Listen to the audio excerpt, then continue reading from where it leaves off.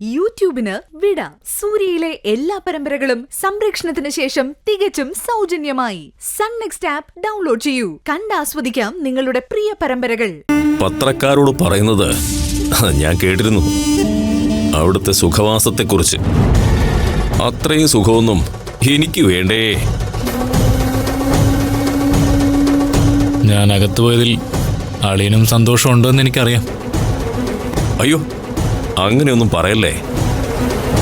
നീ ജയിലിൽ പോയ ശേഷം തിരിച്ചു വരുന്നതുവരെ രുചിയായിട്ട് ഒരു ഭക്ഷണം പോലും കഴിക്കാൻ എനിക്ക് തോന്നിയിട്ടില്ല. അളിയന്റെ പരിഹാസം എനിക്ക് മനസ്സിലായി.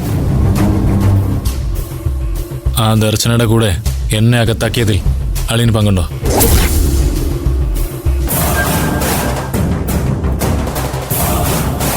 എനിക്കതിൽ സംശയമുണ്ട്.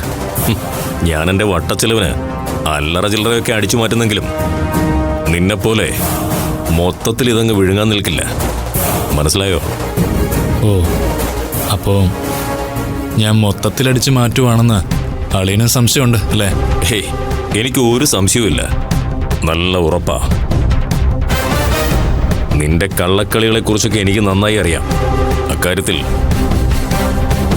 നീ എൻ്റെ ഗുരുസ്ഥാനത്താ. ഗുരുവേ നമ. കാര്യം കാണാൻ കൂടെ നിൽക്കുകയും അത് കഴിഞ്ഞ ഒറ്റിക്കൊടുക്കുകയും ചെയ്യുന്നതാണ് അളിയന്റെ ശീലമെന്നൊക്കെ എനിക്ക് നന്നായിട്ട് അറിയാം. എന്നിട്ടും അളിയനെ ഞാൻ പലതിനും ഒപ്പം കൂട്ടിയിട്ടുണ്ട്. അതിന്റെ കുറച്ച് നന്ദിയെങ്കിലും കാണിക്കളിയാ. ഉണ്ടുണ്ട്, നന്ദിയൊക്കെ ഒരുപാടുണ്ട്. വാലില്ലാത്തതുകൊണ്ടാ അതൊന്ന് ആട്ടി കാണിക്കാൻ എനിക്ക് പറ്റാത്തത്. അല്ലെങ്കിലേ ഉറപ്പായും കാണിച്ചേനെ. നീ എല്ലാം കൂടി അടിച്ചുമാറ്റി സ്വന്തം ഭാര്യയ്ക്ക് കൊണ്ടു കൊടുക്ക. അവസാനം നിന്നെയും വിഴുങ്ങിയിട്ട് അവള് സ്ഥലം വിടും. അനാവശ്യം പറയരുത്. ഈ വീട്ടിലെ എല്ലാം വിഴുങ്ങിക്കൊണ്ടുപോകാൻ നിൽക്കുന്ന ആളല്ല ഞാൻ. അതിനെക്കുറിച്ചൊക്കെ എനിക്ക് നല്ലതുപോലെ അറിയാം. നമ്മൾ തമ്മിൽ പരസ്പരം അത് സംസാരിക്കാതിരിക്കുന്നതാണ് നല്ലത്. ഓഫീസിലെ കാര്യങ്ങളൊക്കെ ഞാനും മനസ്സിലാക്കുന്നുണ്ട്. ഞാൻ വെറുമൊരു മണ്ടനാണെന്ന് നിങ്ങൾ വിചാരിക്കല്ലേ? അളിയൻ കള്ളും കുടിച്ച് തേരാപ്പാര നടക്കുമ്പോ ആ കമ്പനി കൊണ്ടു നടക്കാനേ രാപ്പകല് കഷ്ടപ്പെട്ടത് ഈ ഞാനാ. ഇന്ന് കമ്പനിക്ക് കാണുന്ന എല്ലാ അന്തസ്സും നേട്ടവും ഉണ്ടാക്കിയത് ഈ എന്റെയും കൂടി കഷ്ടപ്പാട് കൊണ്ടാ. പവിയേട്ടൻ എന്തിനാ ആവശ്യമില്ലാത്തൊക്കെ ഇങ്ങനെ അടുത്ത് സംസാരിക്കാൻ നിൽക്കുന്നത്? ഞാൻ പാലെടുത്ത് വെച്ചിട്ടുണ്ട്. പവിയേട്ടൻ ചെല്ല്.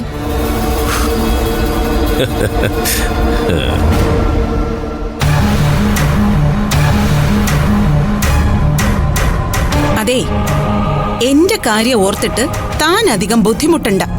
അത് പവിയേട്ടൻ നോക്കിക്കോളും. മനസ്സിലായോ?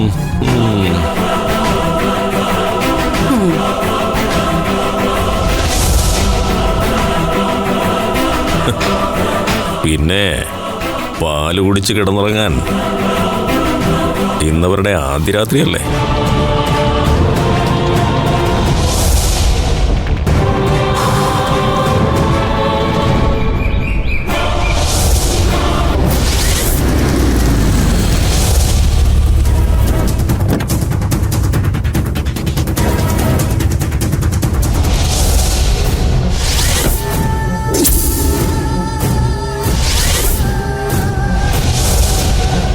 ഇവിടെ ആരും ഇല്ലേ? നമസ്കാരം. നമസ്കാരം.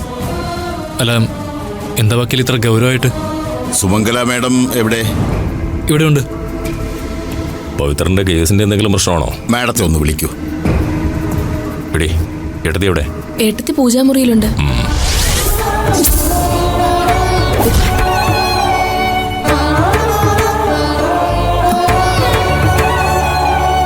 എന്റെ കൃഷ്ണ, ഇതുവരെ ആരോടും പറയണ്ട എന്ന് കരുതിയ ഒരു രഹസ്യ ഇപ്പൊ എല്ലാരോടും പറയാൻ പോകുന്നത്. ഇതറിയുമ്പോ എല്ലാവരും എങ്ങനെ പ്രതികരിക്കുമെന്ന് എനിക്കറിയില്ല. പക്ഷേ വിശ്വേട്ടന്റെ വാക്ക് ധിക്കരിക്കാൻ എനിക്ക് കഴിയില്ല. ഈ കുടുംബത്തിലെല്ലാവരും ഒരുപോലെ സന്തോഷമായിട്ടിരിക്കണമെന്ന് മാത്രമാ എന്റെ ആഗ്രഹം. അതിന് ഇതല്ലാതെ വേറെ വഴിയൊന്നുമില്ല.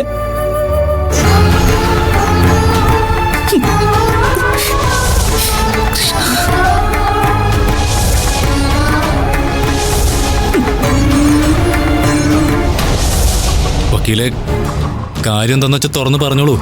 ഈ കുടുംബത്തിലെ എല്ലാവരുടെയും സാന്നിധ്യത്തിൽ മാത്രമേ എനിക്കത് പറയാനാവൂ. സുമംഗല മേഡം കൂടെ വരട്ടെ. അപ്പോ ഇവന്റെ കേസുമായി ബന്ധപ്പെട്ടിട്ടല്ല വക്കീലിപ്പോ വന്നിട്ടുള്ളത്. യതി പറഞ്ഞത് വളരെ ശരിയാണ്. പവിത്രൻ സാറിന്റെ കേസും എന്റെ ഈ വരവും തമ്മിൽ ഒരു ബന്ധവുമില്ല. മറ്റൊരു പ്രധാനപ്പെട്ട കാര്യത്തിനാണ് എന്നോട് വരാൻ പറഞ്ഞത്. സ്വത്ത് ഭാഗം വെക്കുന്ന കാര്യത്തെക്കുറിച്ച് പറയാനാണോ വക്കീൽ വന്നത്? ഭാഗം വയ്ക്കേണ്ടവർ അത് നേരത്തെ ഭാഗം വച്ചിട്ട് തന്നെയാണ് പോയത്. എന്നുവെച്ചാ അതിനെക്കുറിച്ച് സുമംഗല മേഡം നേരിട്ട് നിങ്ങളോട് പറയും. ഇത്രയും നേരം കാത്തിരുന്നില്ലേ? അല്പം കൂടി ക്ഷമിക്കൂ. വക്കീലെ, നിങ്ങൾ എന്റെ ക്ഷമയെ പരീക്ഷിക്കരുത്. പവി,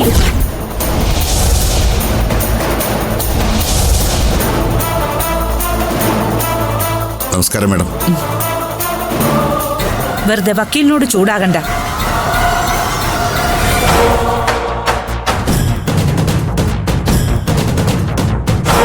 നിങ്ങൾ ചോദിക്കുന്ന എല്ലാ ചോദ്യങ്ങൾക്കും ഉത്തരം തരാൻ വക്കീലിന് കഴിയില്ല.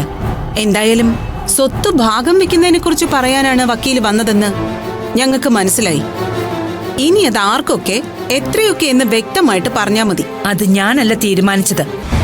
തീരുമാനിച്ചയാള് മുൻപേ അങ്ങ് പോയി. മരിക്കുന്നതിന് മുൻപ് അദ്ദേഹം എന്നെ ഏൽപ്പിച്ച ഉത്തരവാദിത്വം ഞാൻ നിറവേറ്റുന്നു എന്ന് മാത്രം. സാർ വായിക്കൂ.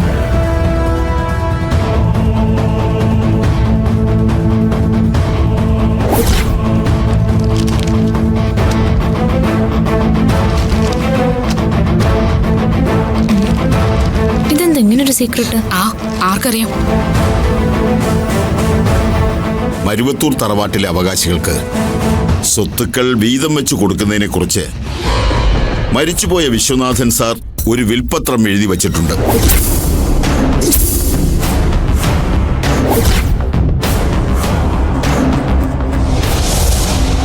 വിൽപത്രോ? ഇതുവരെ ഇങ്ങനെ ഒന്നിനെ കുറിച്ച് എടുത്തി ഒരു സൂചന പോലും തന്നില്ലല്ലോ. ഇങ്ങനൊരു രഹസ്യം ചേച്ചിക്ക് അറിയായിരുന്നു അല്ലേ? അപ്പൊ നമ്മളൊക്കെ വെറും മണ്ടന്മാരായി.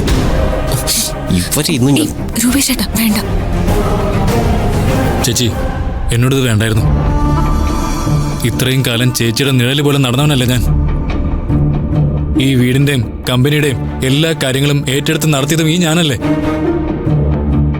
എന്നിട്ടും എന്നോട് ഇത് മാത്രം മറച്ചുവെച്ചത് ശരിയായില്ല. ഇത് വിശ്വേട്ടന്റെ വാക്കാ. അദ്ദേഹത്തിന്റെ ആഗ്രഹമാണിത്. അതനുസരിച്ച് മാത്രമേ ഞാൻ പ്രവർത്തിച്ചിട്ടുള്ളൂ. ഒഴിവാക്കാൻ പറ്റാത്ത ഒരു സാഹചര്യത്തിൽ മാത്രമേ ഇതിനെക്കുറിച്ച് പറയാവൂ എന്ന് അദ്ദേഹം പ്രത്യേകം പറഞ്ഞിരുന്നു എന്നോട്. ഒഴിവാക്കാനാകാത്ത എന്ത് സാഹചര്യമാണ് ഇപ്പോഴുണ്ടായത്?